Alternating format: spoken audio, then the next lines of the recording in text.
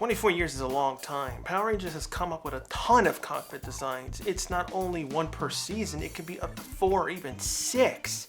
The individual ones, the Megazords, the Six Rangers, power-up versions, that's why they try to make them more modular like an MMPR, SPD, Ninja Storm, and Lightspeed Rescue.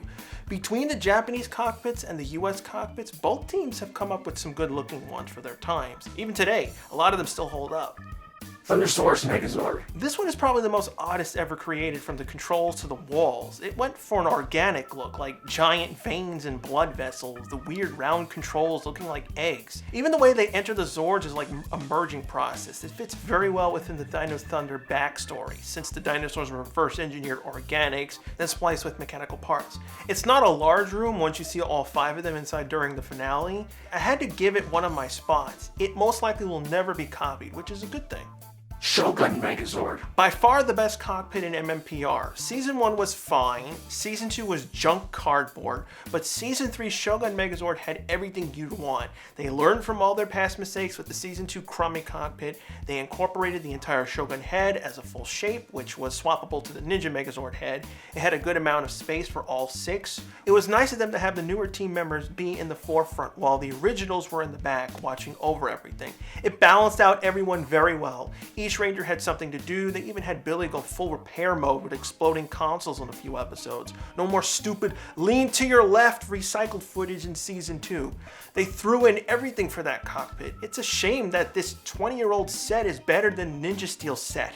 Samurai Megazord. We hadn't had a US cockpit in a long time. I wasn't surprised why they had to do it, due to Shinkangers being very Japanese, even though the show was already heavily Japanese as it was. But I still thought it had a good look. It was a bit generic, being mostly gray, but the arch swoop on the rear wall was nice. The cockpit controls are stand-up consoles, much like Time Force's, along with the Mega Blade, which complements the look. Everything's futuristic, at the same time very simple. This is the only cockpit I've liked from the Neo Saban era. As the set got reused, the other seasons look way too similar to Samurai's, Ninja Steel being the worst due to all the seams being visible on the wall emblems.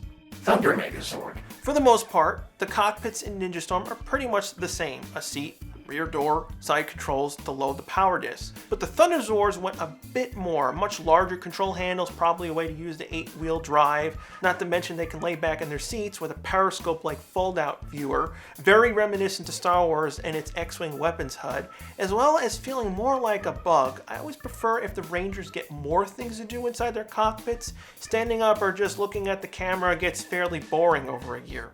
Delta Command Megazord. This one is a beauty. The wall look of lights and energy flowing through them was nice, way better than the Time Force's gray back wall that looked like Braille. Each podium was staggered so that all the Rangers are in focus, no one being covered up. Doggy Kruger's control room console is used, which gives us that cool extra transformation when going into Megazord mode.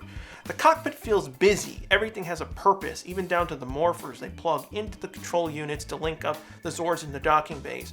The perfect way to visually show teamwork.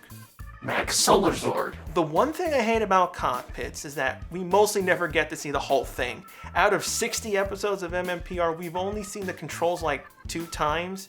It sucks that people put in so much effort, including that Bulk and Skull dream sequence, but they gotta churn out these episodes fast, so no time for close-ups. The MechaSolar Zord was another US-only cockpit, probably the most famous one because of the Titanium Ranger. It incorporates the Zord's look really well, in some cases better than other Japanese cockpits that feel disconnected from their exteriors. Blue and white trims, the giant gold pistons like wall beams that make you think of the gold leg joints on MechaSolar. It also feels like a submarine. Low lighting, which makes the backdoor emblem stand out. Moody works for Ryan since he has to deal with all kinds of crazy junk. Hurricane Megazord.